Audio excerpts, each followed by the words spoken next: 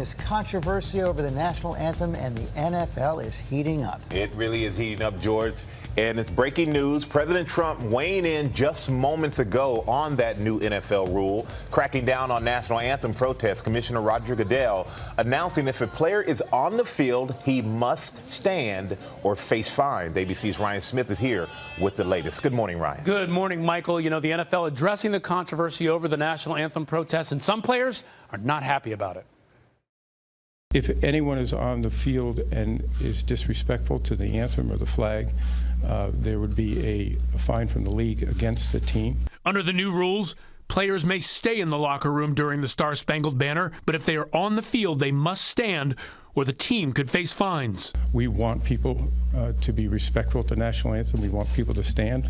Vice President Mike Pence hailing the new policy as a victory for President Trump, tweeting, "Today's decision by the NFL is a win for the fans, a win for POTUS, and a win for America." The president weighing in this morning. Good. I don't think people should be staying in locker rooms, but still, I think it's good. You have to stand proudly for the national anthem. Well, you shouldn't be playing. You shouldn't be there. Maybe you shouldn't be in the country. You have to stand proudly for the national anthem.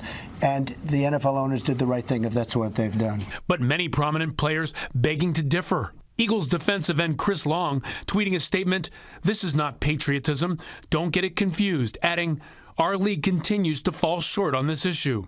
At least one owner seemingly supporting players who want to kneel. Jets co-owner Christopher Johnson saying he'll pay any fines his players get. The rule change coming nearly 2 years after former San Francisco 49ers quarterback Colin Kaepernick first started kneeling to protest racial inequality and police brutality.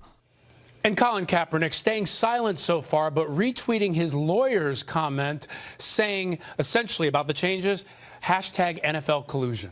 But do they think that guys staying in the locker room and coming out of the locker room, think that's really going to end the controversy? I don't know. I just don't see how that's going to do it. You know, it's a tough call because, you know, a lot of guys might say, hey, you're silencing us by making us go to the locker room. And then there's the issue of, well, what if people stand and do something else demonstrative?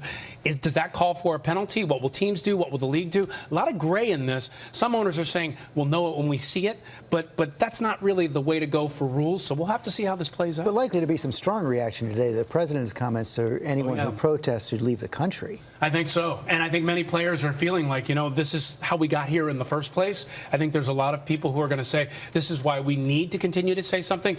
So we're going to see what happens around the preseason games, maybe the regular season games. I don't think this controversy is over. Instead of diffusing it, it just escalates it, the president's comments. How many times does it have to be said they are not being disrespectful to the flag, that is not the intent I agree. of those protests? How many times must it be said? I agree. And I think what's lost here is it was initially done to protest racial inequality, police brutality. People picked up that message. And I think that sometimes gets lost in the conversation about the flag. But now that that's come up again, you wonder what will happen. You wonder if players will say, and teams, maybe some team owners will say, you know, we have to continue to support our players if they want to take action during the anthem. But it got lost because the message was hijacked, you know, from the beginning. And you know, in looking at the reaction of the Jets ownership, to say we're not going to do that. We're going to support our guys. I can just say, as a former player, if you're on another team and you're watching this, you think to yourself, that's the kind of place where I want to go. I want to support an organization like that. It's a key part of the rule. The league tried to say, let's handle it. If there's a problem, we see a violation, we're going to penalize the team. But let's let teams do what they want. So if there are some teams that feel, you know what, I don't like that when people kneel, I'm going to punish them. And there are other teams that feel, I'm going to let that happen and support it, then that's what's going to happen. They're going to let teams figure this out. And since they really voted highly in favor of this measure, you think the teams probably agreed with that. But it's funny. We're going to let the teams figure it out. It's almost like the ownership said, hey, we'll push it to a different level, push it out to each individual. A lot more to come on this. Absolutely. All right. Thank you so much.